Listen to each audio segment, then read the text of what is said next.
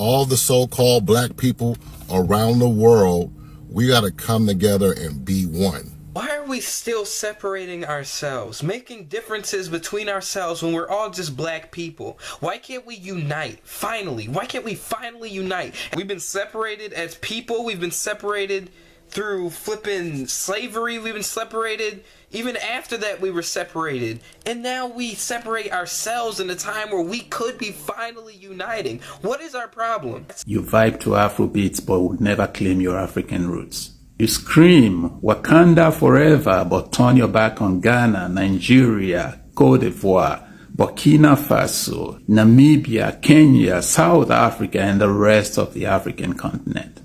They told you Africa is poor, dirty, and uncivilized, so you wear Gucci, forgetting that the gold was stolen from your ancestors. You straighten your hair, but your DNA cuts back to the motherland. And you, who still agree that you're black, you've been to 5 countries, but you've never stepped a foot on your motherland, the land that named you. In case you didn't know, I'll tell you, we are all scattered bones from the same skeleton. Agwan family, welcome back to my YouTube space. Today, I'm wearing one from Jamaica, one of my favorite countries, favorite people. All of you who are coming from Jamaica, coming from Caribbean, and USA, everyone, I salute you for the support that you are giving me. So welcome to my YouTube space, and I appreciate you, I love you, and I thank you for joining me today, family. This is not just another conversation that we are having here. This is an urgent one. It's an urgent warning. And I'll say this right now, in this very moment that I'm talking, history is shifting. And if we as black people keep ignoring the power of black unity, we are not just losing opportunities, but we are losing the future itself. This is a warning. It's an urgent warning to all of us. I'll say this. The people who have been running this world for centuries, the same power structures that enslaved us, colonized us, and tried to erase us, they know exactly what I'm talking about. They know our unity is their greatest nightmare. And right now, they are panicking. Leave alone panicking. They are putting structures to continue holding up this shift that is happening. We need to wake up. So before I go down on my conversation or my commentary, I want you to watch these few clips that's talking about unity, and then we continue. What up with it, fam? Today, I'm going to get on the topic of why it's important that black people all over the world unite. Now, this is a very sensitive subject, but I really don't care how people feel, because the time is over with for all this emotional shit. We need to understand what's really going on. The reason why it's important for black people all over the world to unite, all over the world, not just in America, all over, we need to have a mutual understanding whenever we see a black person. This is what I mean by us uniting. The main reason for us to unite is so we can control our resources. Okay? If we don't control our resources, we cannot control ourselves. We can't even control how our kids are being raised, what our kids eat, what our kids wear. We don't control our resources. So this is why it is important for us to unite. If you have a trace of black in your DNA, I respectfully ask you to please watch this video and watch it all the way to the end. But if you are not black, I respectfully ask you to scroll, because this is a family meeting. This video is coming from a very sad place, but it's coming from a place of love. As a reminder, we didn't lose land when they colonized us. We lost each other. Now we carry flags instead of family, borders instead of brotherhood, tribe instead of truth. And while we scream Africa unite, we stab each other with dialects, clans, and skin tone. We didn't need the slave ships to separate us. We are doing it fine, even better than the slave masters. And to my brothers and sisters, the black Americans, some of you say I ain't African. You say it with your full chest. And that's because your history was wiped clean and replaced with shame. But let me ask you something. If you're not African, what are you? You're not white? You're not brown? You're not Asian? You're not native. Where do you belong? You wear kente on your graduation day, but you deny the blood that made you. You vibe to Afrobeats, but would never claim your African roots. You scream, Wakanda forever, but turn your back on Ghana, Nigeria, Cote d'Ivoire, Burkina Faso, Namibia, Kenya, South Africa, and the rest of the African continent. They told you Africa is poor, dirty, and uncivilized, so you wear Gucci, forgetting that the gold was stolen from your ancestors. You straighten your hair, but your DNA cuts back to the motherland. And you, who still agree that you're black, you've been to 5 countries, but you've never stepped a foot on your motherland, the land that named you. In case you didn't know, I'll tell you, we are all scattered bones from the same skeleton, but the head despises the feet, the hand won't speak to the mouth, and the spine refuses to stand upright because it doesn't want to elevate the head. Meanwhile, back in Africa, we're killing each other over tribe.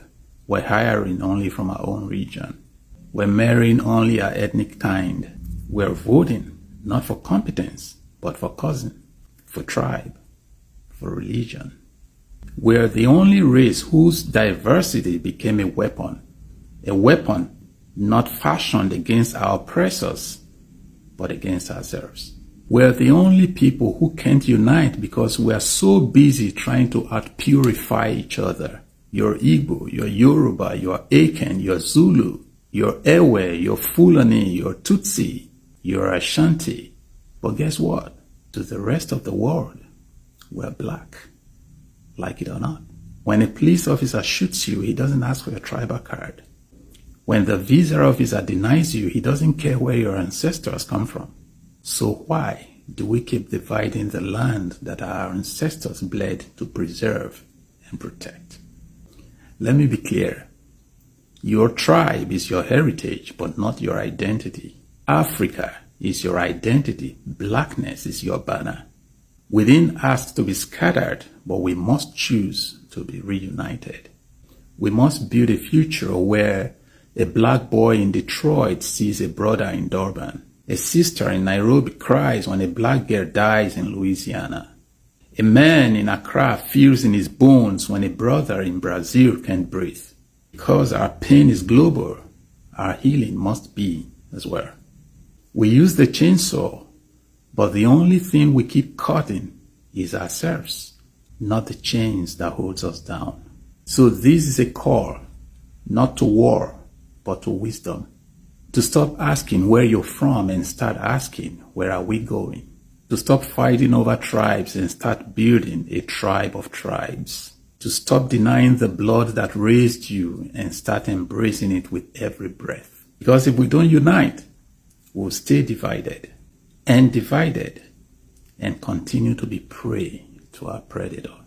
But together we are a force the world has never seen before. And no tribe, no border, no oppressor, no flag can stop what's rising in the soul of a black man, a black woman, that black girl and that black boy. Africa is not divided. She's just waking up. And when her children return, mind, soul, and strength, the world will finally remember who we truly are. African Americans, this video is for you. And people from motherland, this video is also for you. I want you all to listen. Listen. You know, no one is dragging anything with you, especially African Americans. No one is dragging anything with you people. Our intentions are pure.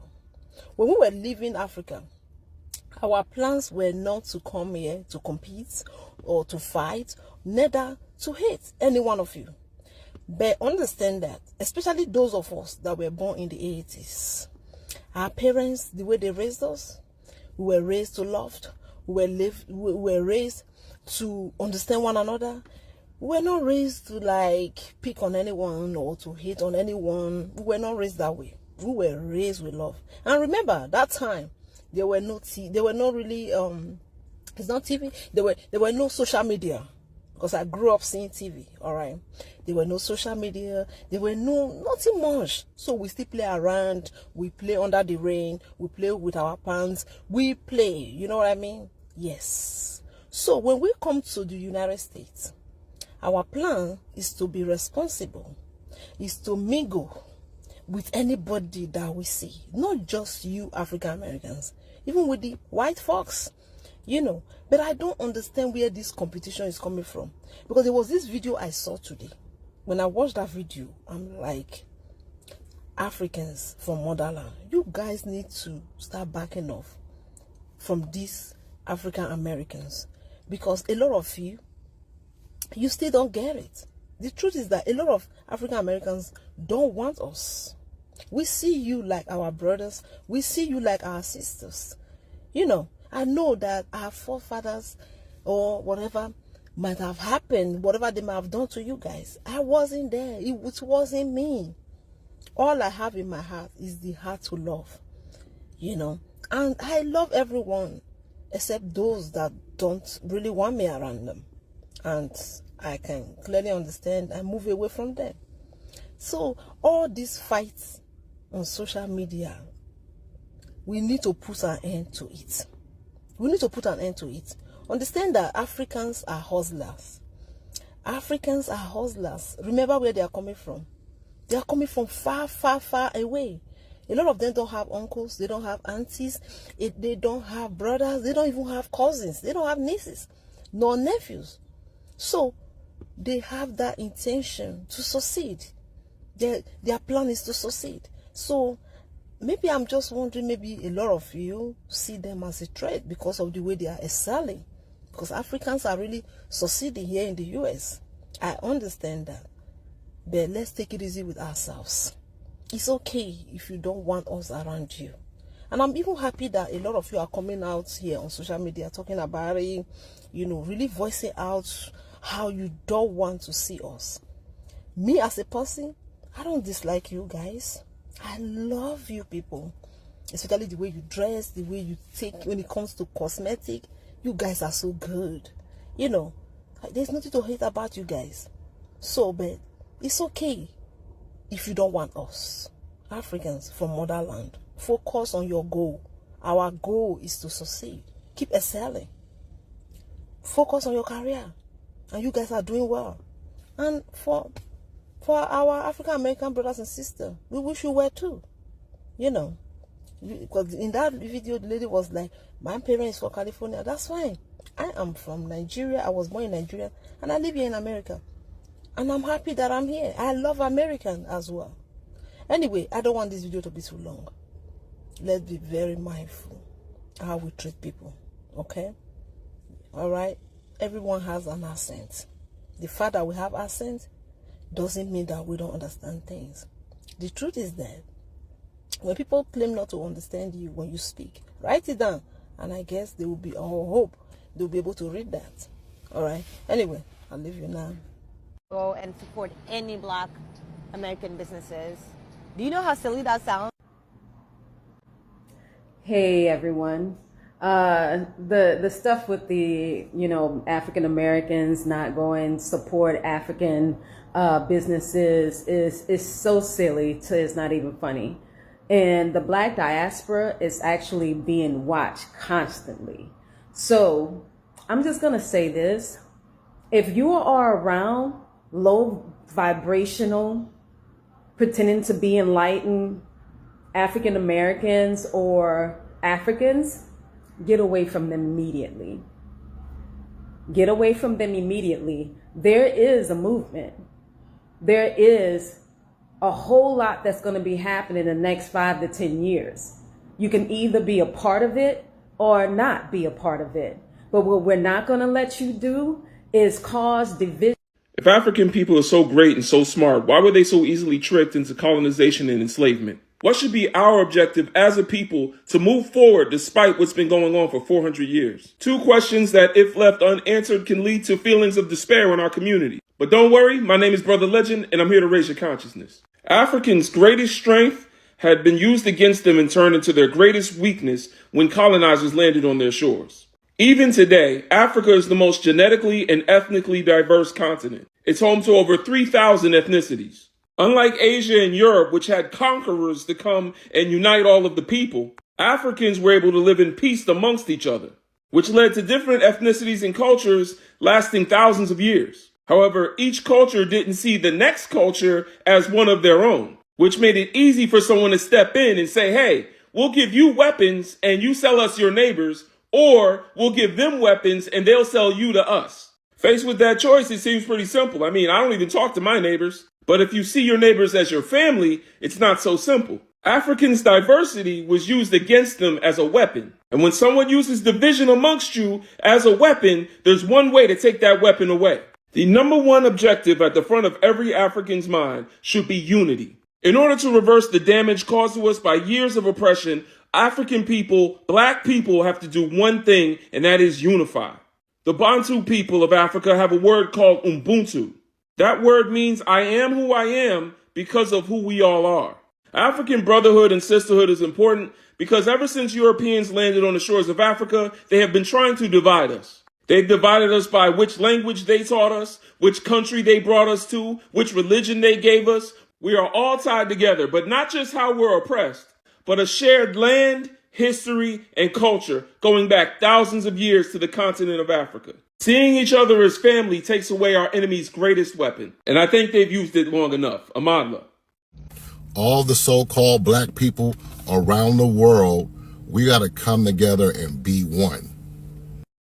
The common goal is for us is to let us be free, okay? And we got to look at this thing like we're the 2000 Lakers. The so-called continent of Africa, that's going to be Shaquille O'Neal, the dominant force. They're going to give you 30 points and 15 rebounds every game, and nobody can stop them. That's the so-called continent of Africa. The diaspora is going to be Derek Fisher. Because, see, everybody sleeps on Derek Fisher. Okay, but when he's in the corner at the top of the key, he got a Jimmy, and it's money, and it's going to matter. His free throws are good, and we need them. So everybody sleeps on Derek Fisher, but the diaspora is Derek Fisher. America is a young phenom, Kobe Bryant, okay? Everybody doesn't agree with him, with everything that he does, but he's really, really talented, and he gets the job done. Yeah, we don't like some of the things that he does and how he does it, but we need him. He's very talented. So us coming together, we got to put our differences to the side.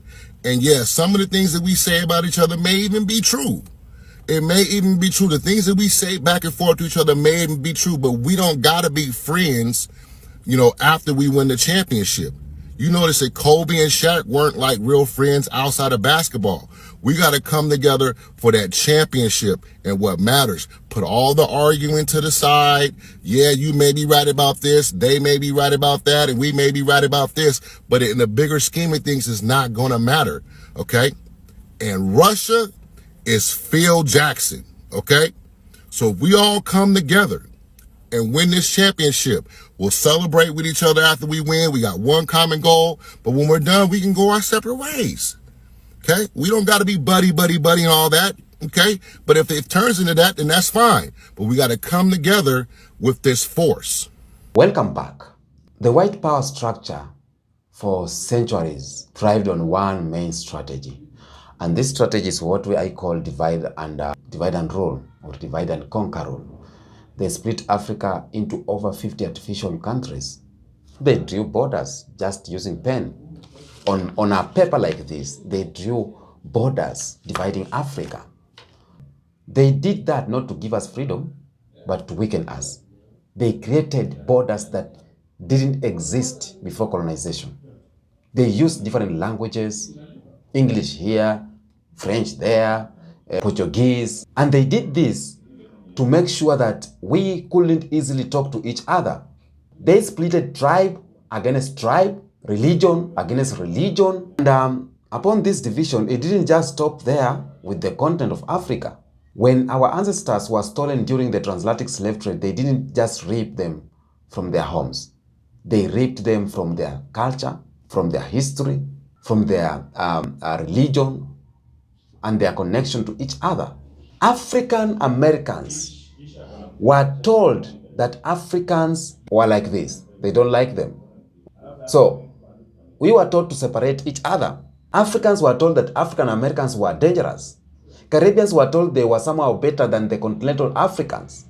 And all through all of this, the white power system stood back and laughed because division made their job easy.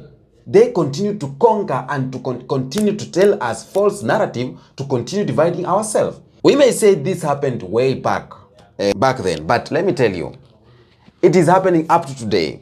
They are trying so hard to keep us divided because when you see what they are pushing on the media, maybe Africans and Black Americans having this small misunderstanding, but it is being pushed.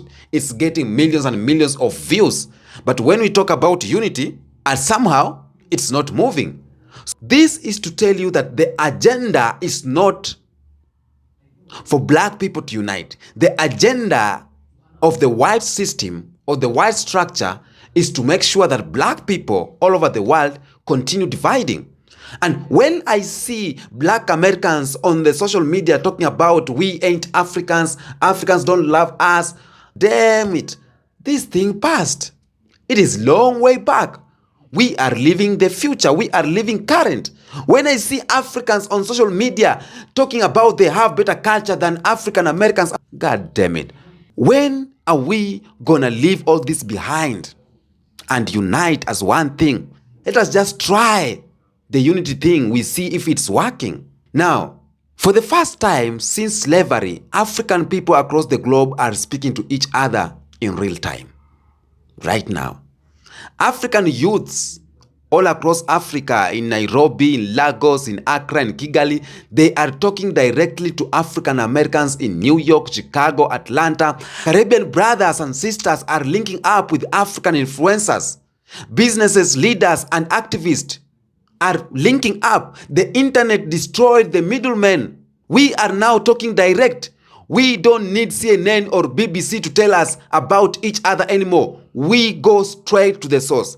I'll tell you, today I received an email from African American telling me that his family is relocating to Kenya. We are talking direct. We don't need middlemen anymore. I can talk direct to my African American brother. And let me tell you, and if you don't see the need of me talking about unity, because some people will say each and every video I call about unity, I talk about other things, I'm for unity. Till we achieve this one thing, then we talk about another thing. Okay? It is working. If it's not working for you, it is working for others. Africans right now, they are learning to love African Americans and Caribbeans. Africans Americans are coming courtesy of Pan-Africanism, courtesy of what we are doing. It's not just about getting the traction, the views and everything. We are linking up in real time as Africans and African Americans. Now, right now we can have a Pan-African Zoom meeting. We can have video calls. Someone in Kenya with someone in Jamaica, someone in Grenada.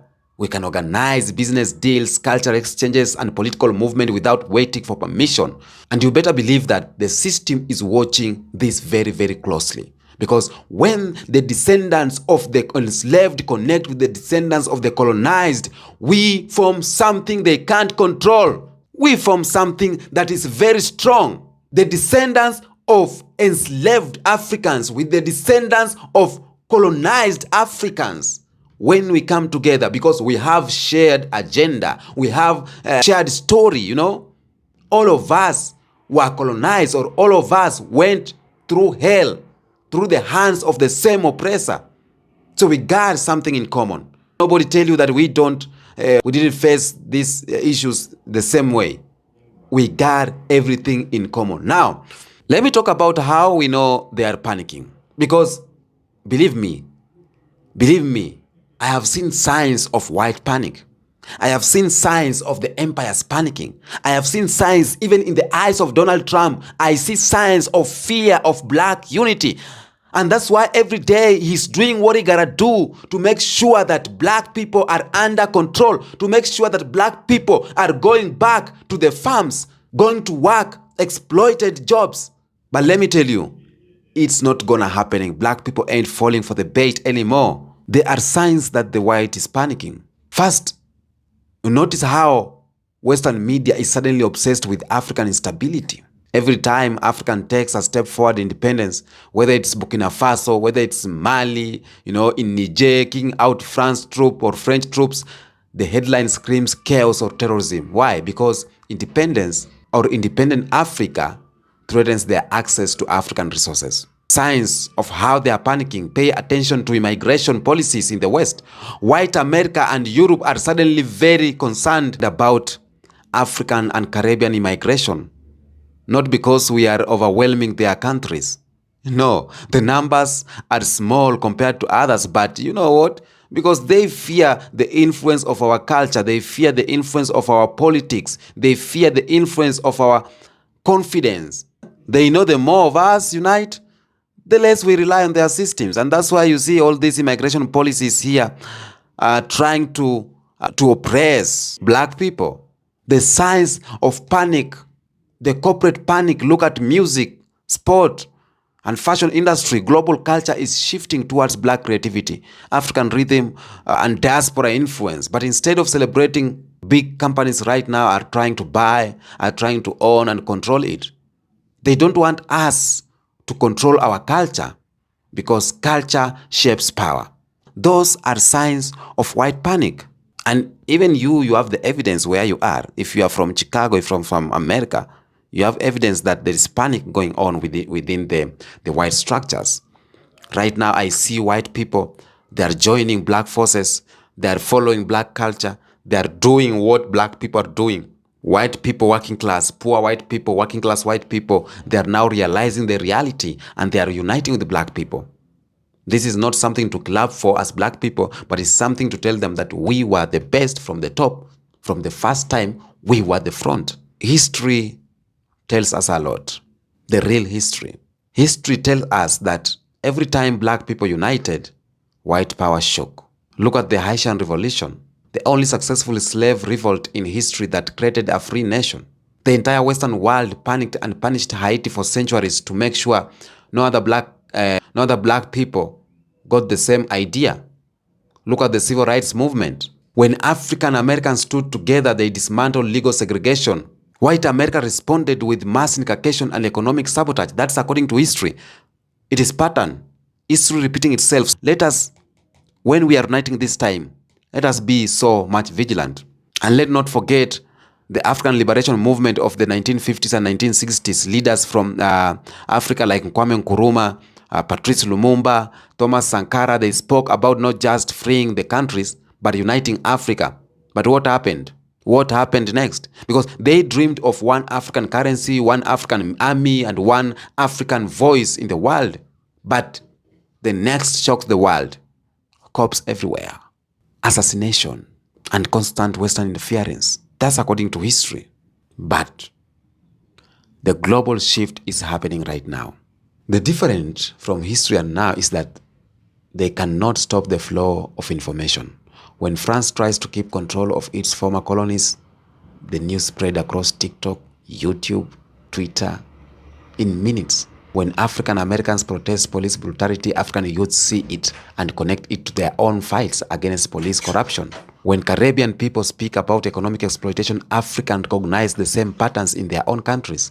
Right now, they cannot stop it because we do not have mediators. We are talking directly to our people.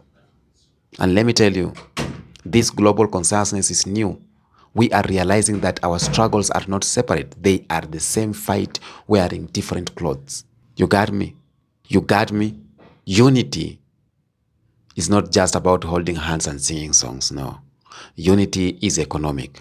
Unity is African. Africans buying black Americans' businesses. It's African Americans investing in African land and infrastructure. It is Caribbean nations partnering with African governments to create trade routes that bypass Europe and America entirely. Unity is cultural.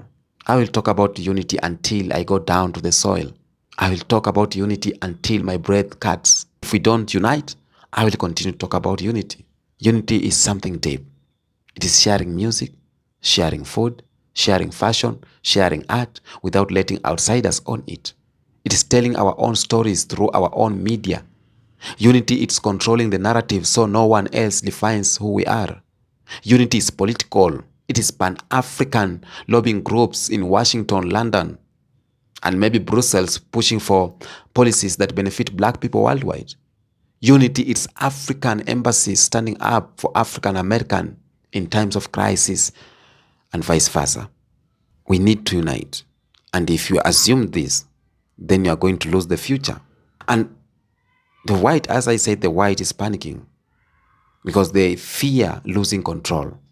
Because unity means independence. Independence from their banks, independence from their oil companies, independence from their education system, from their media, their military alliances, name it. When we unite, we don't just leave their table. We build our own table in our own houses, on our own land. And that means they lose their favorite source of wealth. We own our story. Make no mistakes, my guys. The wealth of the West was built on black labor. The wealth of the West was built on black resources and black genius. If I've been repeating this, let me repeat myself again. From the gold and diamonds of Africa to the cotton of the America, from the sugar of the Caribbeans to the music, sports, and entertainment we dominate today, we have always been the engine of their empire. Their empires are leaning on our back. And if we take that engine back, their machine stops. And that's why they fear to lose this control. They are not fearing because we will revenge. We cannot revenge. This is a warning. Is a warning. Stop ignoring the power of black unity. Even the white people, I ain't ignoring this. As black people, why are we ignoring it? Stop ignoring the power of black unity. Every time we choose petty divisions, we choose petty fights, petty separations over collective power, we give them exactly what they want. That's not good. The petty divisions we are having on TikTok there, that's not good. Every time we say that, that's not my fight, let's boycott, we are weakening our entire global position. And we don't have the luxury and of disconnection anymore. Not when the stakes are this high. If you are in Africa, look to the diaspora for partnership. If you are in the diaspora, look to the Africa for opportunities. Stop waiting for governments to do it for us. We are the government and we are the economy. We are the culture. This is our time. It is. And if we miss it, man, because I know they are working so hard to counterattack this. They are. If you are listening to me right now, I need you to carry this message into your home, into your workplace. Share this message to your friends. Share it to the youths, to the Gen Zs. Build the bridges. Make the calls. Spend your money with your people. Share the knowledge. Stand with your brothers and sisters everywhere, because the future is either ours together or it won't be ours at all. If we unite, truly uniting, there is no power on this earth can stop black people. That's reality. That is reality. And I need you to understand something, that we had the long game of division. The white power system does not think in months or even years. They think in decades and centuries. They think ahead. They plant division the way a farmer plants seeds, and they wait enough for the results, and it's working for them. And that's why they rewrote our history books. That's why in African schools you will learn more about European explorers than African inventors. That's why in African American schools they start our story with slavery instead of the empires of Mali, Songhai, Great Zimbabwe. Because if we believe we come from nothing, we will expect nothing. If we believe our only link is oppression, we will never imagine unity. If we never imagined it, we will never fight for it. And that's why black people across the world, we are having small divisions, small fights, and it's cracking us black people each and every day on social media. I see the fights between black Americans and Africans, and I'm like, God damn it. It's because we only think of oppression. It's because we only think how Africans sold our ancestors. We are not thinking about coming together. We are thinking we all came from colonization. Our story starts from slavery and colonialism. We are not thinking about our story starting from kings and queens from Mali and Songhai, Great Zimbabwe. We are not thinking that we are the inventors, that we are the mothers and fathers of scientists and mathematics. We are not thinking that we are the first and start of civilization. And that's why it's so hard for us to unite. We need to level up as black people. This message is for black people. We need to level up. I'm so happy that we have a beautiful part. The rewrite of history is over right now. We are writing our own story again. We are digging up the bones of the truth that they tried to bury. You see young African learning about Mansa Musa, who was the richest man in history, and he was African. They are learning about Imhotep, the genius architect and healer in the ancient Egypt. He was African. Right now, black Americans are learning that the traffic lights, the refrigerator, is it fridge, the microphones, the bulb lighting, it's called what? The filament that lights the bulb. They are learning that were all created by black inventors. Caribbean youths are learning about Nani of the Maroons, a warrior queen who fought the British to a standstill. Every time we reclaim one of these truths, we break another chain in our minds. And unchained mind is dangerous to the system. Let's not interfere with this, what we are trying to do. Let's not interfere with that. I'll say this before I finish.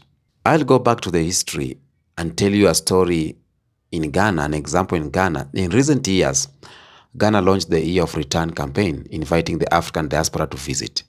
And they invited them not only to visit as tourism, but to invest and reconnect with the motherland. And the response was massive. It was massive. Thousands and thousands of African Americans and Caribbeans traveled to Ghana. Some bought land, some started business, some even relocated permanently. And now, this is important. And the reason why it's important is because every dollar that moves from the West to Africa without going through European banks is a crack to the old system. Every African American who invests in African agriculture, tech, or tourism is helping Africa stand on its own feet. And every African who partners with the diaspora gains access to market skills and opportunities that were once blocked. And this is what unity looks like in action. Right now, a lot of African Americans are in Kenya. When you go to South Africa, when apartheid finally began to crumble, it wasn't just the protests inside South Africa that made it happen. It was the global unity of black people and allies around the world. African Americans protested outside embassies. Caribbeans too protested. The Caribbean nation cut off trade. African countries gave safe haven to exiled leaders. And that pressure built until the system could no longer hold. Nigeria helped a lot. So this is a proof that our fight are interconnected if we stand together. No system can hold forever our unity. And in our past from history, we have an example right now, the BRICS and African power. Like African is no longer sitting quietly in the corner of global politics. Nations like South Africa, Egypt, and Ethiopia have joined BRICS. And BRICS are global economic alliances challenging the dominance of US dollars. And this shift threatens the very foundation of the Western economic control. The twist here is, imagine the African diaspora also aligned their economic power with the Africans. Imagine if the spending power of African Americans worth over 1.6 or 1.8 trillion dollars was strategically invested in Africa. Imagine what could happen. Like imagine just Caribbean economic linking directly to African markets. It will be big. This is not about we are not just dreaming. It's something that can happen. It's something that can happen. And let me tell you, the more we are uniting, the more they are forming their strategy. And they are reacting to the unity that we are building. The system reacts. First, they will try to infiltrate, planting people among us to sow doubt and mistrust. For example, what they did to this guy who was wanted to eliminate Burkina Faso President Michael Langley. They tried to distract, pushing celebrity gossip, fake beefs, and pointless debates to keep us from focusing to the real issues, like they did last time when Africans and black Americans were celebrating about the history, the culture. Africans were on the limelight, and they tried to push the division between Africans and African Americans, saying that Africans are using the African American stage to showcase themselves. They're trying to push about the reparation issues. So I'll say this, don't fall for it. Don't fall for it. Every great liberation movement in history was demonized before it was celebrated. They will never call you a hero when you are a threat. So let's not fall for it. Let's have economic unity, and that is a real game changer. The global African diaspora, meaning all people of African descendants worldwide, represent over 1.4 billion people. Our combined GDP is over $3 trillion. So if we treated that nation, we will be one of the largest economies in the world. Imagine even if 10% of the wealth was spent exclusively with black-owned businesses, black banks, and African industries. That will create a circle of wealth we control. And this is why they fear unity. Because unity means we don't just make money, but we keep money. We must take control of our culture. Because our culture is a weapon of unity. Our culture is just more than entertainment. It's a weapon. Think about hip-hop, Afrobeats, reggae, jazz. These are not just genres. They are bridges. When an African American listens to Burna Boy, they are not just enjoying music, they are connecting to African energy. When an African youth dances to Tupac, they are connecting to the African American struggle. So culture bypasses politics and hits the soul. That's why the system tries so hard to own our music, to own our fashion, our stories. But if we own them ourselves, we own the narrative. And we own the narrative completely. So we can unite on our own terms. Okay? And this is what I want my African brothers to do. Seek partnership with black people, by the way. Seek partnership with African Americans and Caribbeans, not just for charity. Man, not just for charity. I see some fear that they just want money. Seek partnership with not just for charity, but for business and cultural exchange. Learn the history of the diaspora, understand the struggle of and the strength of African Americans, Caribbeans, and Afro-Latinos. Don't just hear stories from the movies.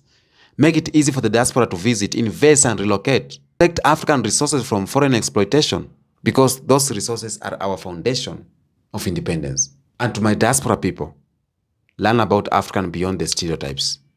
Follow African news, talk to us, follow the creators and thinkers. Visit the continent, not just listen stories. Visit the continent. See it for yourself, okay? Invest in African business and industries. Support Pan-African initiative, okay? So, let's understand this. Their fear is not that we will fight them. It's not that we are gonna revenge. Their fear is that we will stop fighting each other, because the day we do that, they lose every advantage they have over us for the past 500 years. We are the majority in Africa. We are the culture in America. We are the heartbeat of the Caribbean, and together we are unstoppable. The future is ours as black people. According to the title, stop ignoring, okay? Stop ignoring. Stop ignoring the power of black unity. This is not a dream, man. It is not a dream. It is not a dream. It is not a slogan. It's the most powerful weapon we have. The only way we can guarantee a future that belongs to us is if we don't build it now, we'll be leaving the next generation with nothing but the same chains we inherited. And I refuse to do that. And that's why I'm out here trying to talk about unity. Okay? Let's meet to the other episode. Peace out.